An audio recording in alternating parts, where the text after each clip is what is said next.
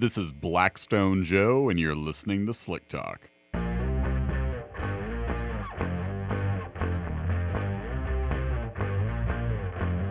If I say I'm an oil man, you will agree.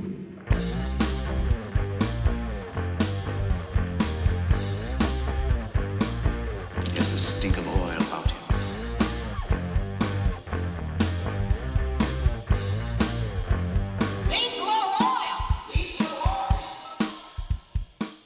Hello, and welcome into episode 126 of Slick Talk. I am your host, Blackstone Joe, and I'm glad you're here. Today's episode is titled Oil of Anarchy. Anarchy is defined as a state of disorder due to absence or non-recognition of authority or other controlling systems. And when it comes to motorcycle engines that are used mainly for racing, many expect high wear levels or the oil breaking down quickly to be the rule. But this episode is centered on no fewer than 5 separate engines that managed to beat the expectations, charting their own path and oil analysis made for an ideal roadmap to find out exactly what was going on in those engines and what harder use was asking of the oil itself. Without further ado, let's jump into the data. First, I want to talk about a sample from a 2008 ZX-10. This Kawasaki was typically going 2 to 4 race weekends per oil change, with 4 being the absolute longest that owner was typically going. 2 to 4 race weekends on oil may seem like a lot to some, and on the other hand, it may seem like hardly any to others. But I would say, as a rule, short oil runs tend to be the norm for people that are sampling motorcycle engines that are mainly being used for racing. And hey, oil changes are cheap insurance. It's never a bad thing from our standpoint to put fresh oil in the system. Fresh oil doesn't have metal content except for the trace amounts that you'll always find in new oil, and it's free of oxidized solids, and of course, it should be free of contamination too. So, on that note, putting in fresh oil is never a bad idea, but typically, an engine can usually go longer than you think it can between oil changes, and in this case, I would have felt perfectly comfortable advising a longer run because, aside from lead, which I'll get to later, metals were really quite low. Low metals in our line of work speak to healthy wear taking place, but also the physical properties, well, they look good too. In fact, you can call them clean when it comes to a viscosity in the normal range, a flash point high enough to rule out any measurable fuel, no water, and low insolubles that show the oil filter was working well. The only thing out of line, so to speak, was lead. Now, importantly, the customer was running 100 octane. With 100 octane, you can have more lead just in the form of harmless blow-by. So, high levels aren't going to be unusual, and on top of that, we saw that lead was pretty consistent between oil changes, and that's another indication of it being normal, just a byproduct of the fuel that's being in use. And on that note, this particular ZX-10, should the owner ever mark yes for interest in extended oil use, we'd be happy to suggest a longer interval. You never want to go hog wild.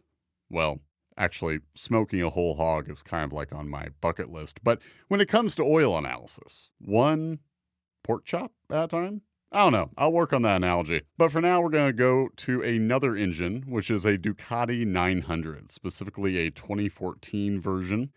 This one was going 4 to 5 track days between oil changes. And in this particular instance, we noted a change in the trends that was really worth bringing up to the owner, specifically in the form of aluminum, going from 33 to 46 parts per million, despite this sample in question not being in use as long as the previous one was. So the increase in aluminum could show wear at the clutch or the pistons. Silicon jumped too. So hopefully this is a situation where aluminum can reflect wear in, with silicon being sealer material that's washing out. I say hopefully because in this particular case, the owner did not note recent work on the slip. Maybe they forgot, maybe there was none. However, from our standpoint, it can be hard to say definitively yes or no that the increase is poor wear with silicon from dirt or harmless wear in and sealer. So what's an analyst like myself to do? Well, I want to present both scenarios to the customer because, in truth, it's pretty common for some information to not make it onto the oil information slip for one reason or another. And instead of make an assumption, the smart thing for an analyst like myself to do is to give you the options and then allow you to fill in the blanks in terms of the context surrounding the sample. And from there, we can make an informed decision about where to go with the maintenance plan. And rounding out this Ducati's report was a strong TBN, which means there was active additive left to spare, and clean physical properties. Still, I wouldn't be inclined to suggest a longer interval. Sure, a TBN that's strong means there's active additive left, which is necessary to combat acids that form in the crankcase. However, a strong TBN is mainly something to act on when everything else looks good. And in this case, we had enough indicators where a careful approach was the ideal step, as opposed to asking the engine to go longer between oil changes, even if the physical properties look phenomenal, as they did here. From the world of a Ducati 900, we shift gears to a Honda 500cc. This one was going 7 track days on the oil, more than we typically see, and on that note, it wouldn't be off base to assume that metals would be a bit high, especially in comparison to our universal averages, which include some engines that are racing, some that aren't, but we try to exclude things like wear-in samples or samples that are taken from engines that have an obvious problem. Well, here's why it's important to test the oil and not assume what's going on, because despite this Honda going longer than we typically see between oil changes with track use being a factor, metals were low. The TBN was strong. The only thing that was quote-unquote out of line was a viscosity being below the expected range. It's so common to see that sort of result with motorcycle engines because they tend to harmlessly shear the oil down. I say harmless because we don't see a marginally low viscosity in motorcycle samples translate to poor wear. If metals are in good standing, as they were for this Honda, well, that's a reliable indicator of the oil providing the cleaning and lubrication that helps the engine do what it needs to do. With that, I have a hard time describing a low viscosity as anything other than a curiosity rather than a concern. A clean report for many a motorcycle can include a viscosity that isn't quite in the expected range, so if you wanted to be as proper as possible, you could say that there is something amiss, but when it's not related to fuel or poor wear, I wouldn't let it spoil my mood, much less my oil report.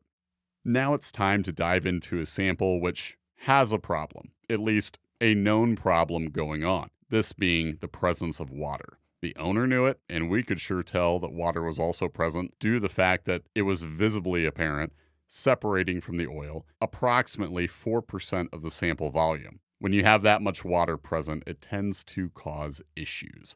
One being, of course, an odd appearance. When you have water in the oil, it's going to change things. Not necessarily a problematic one being the color, but of course, it's going to also change how the oil is able to clean and lubricate. It's going to cause it to oxidize quicker than it otherwise would. And as that oil solidifies, well, let's just say it don't come out of the bottle like that, so you don't necessarily want it in your engine in that state either. However, there's good news here, and it's news that really you can only obtain from an oil report. That being, the engine looked pretty good, despite the fact that water was present. This owner was going up to 10 races on the oil, no prior issue to water being present, and it looks like that issue was caught early on, because wear levels still looked good. There was nothing of note in the physical properties, and this is a great illustration of using analysis to evaluate the unknown when you have a known problem. Because had this water been persisting for a while or any longer than it already had been, well, it could very well have taken a toll. But in this case, it looks like the owner was able to catch it early, and that is crucial in helping the engine and the oil stay in good shape. But of course, early, late, these things mean many things to many people. So it's best to just check the oil and see what it says. And in this case, it told a pretty good story, one that the owner caught a problem early enough to keep that motor in good shape. And we end this trip around the track with a sample from a Yamaha 600cc motor, this one powering an R6. This particular owner was doing 2 to 4 race weekends or events between oil changes, another fairly conservative schedule, but one that we liked in the sense that the owner was able to put together a few samples in a row with this consistent maintenance schedule in place. And that is key in establishing a trend that tells us what's normal for you and the use you're asking of this engine. We always value trends around here, but especially when it's a motor that's being asked to work a lot harder than others might be in that average file. So instead of merely comparing to our universal averages, we're leaning heavily on the trends that these engines are developing. With a strong TVN, healthy wear patterns, and established trends which did not feature contamination playing a part, well, it all added up to an emphatic yes in terms of our recommendation for whether or not extended oil use was a good idea. So here is yet another engine that, despite the fact hard use is really all it's experiencing, longer intervals were doable. But of course, I'm sure that many listeners out there are skeptical of these intervals really being all that long, or maybe you've heard some figures where you think, wow, that is absurd that some owners are asking that of their engines. But to that, I would say every motor has its own story. So what I've discussed for this Yamaha or that Kawasaki, this Ducati, that doesn't necessarily fit your motor's narrative, because if you ask 10 different owners what they're doing, you'll probably get 10 different answers as to how exactly they manage the maintenance, the oils they're running, the filters, whether or not they're dealing with known problems, or if they're merely using oil analysis as a diagnostic to find what they suspect could be going on. Well, it's all very specific. So this isn't simply an episode to advertise the fact that you aren't running the oil as long as you should, but merely a way for you to understand that engines can often outperform expectations. High wear is not necessarily a rule of law. Some engines are going to be natural anarchists and capable of defeating the norms and expectations and carving their own path, but never lose the analysis and making your evaluation, because that is how you are able to, with a non-invasive approach, understand what is going on both in terms of the engine and the oil you're running. And before I let you all go, recently I was a guest on JK Moto, a weekly motorcycle podcast. I had a chat with Easton where we dove into used oil analysis in the context of racing engines. I had a great time chatting with Easton, and I hope that you all make your way over to their podcast page and check out that episode. Again, it's on JK Moto's podcast. I'll have their show linked in the description. If you like anything we do here at Slick Talk, I think you're bound to enjoy not only that episode, but you'll find that Easton runs a pretty good podcast of his own.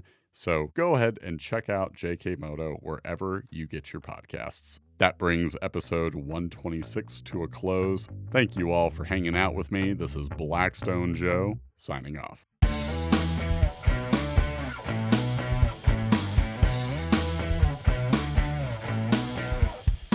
The Slick Talk podcast is powered by Blackstone Laboratories.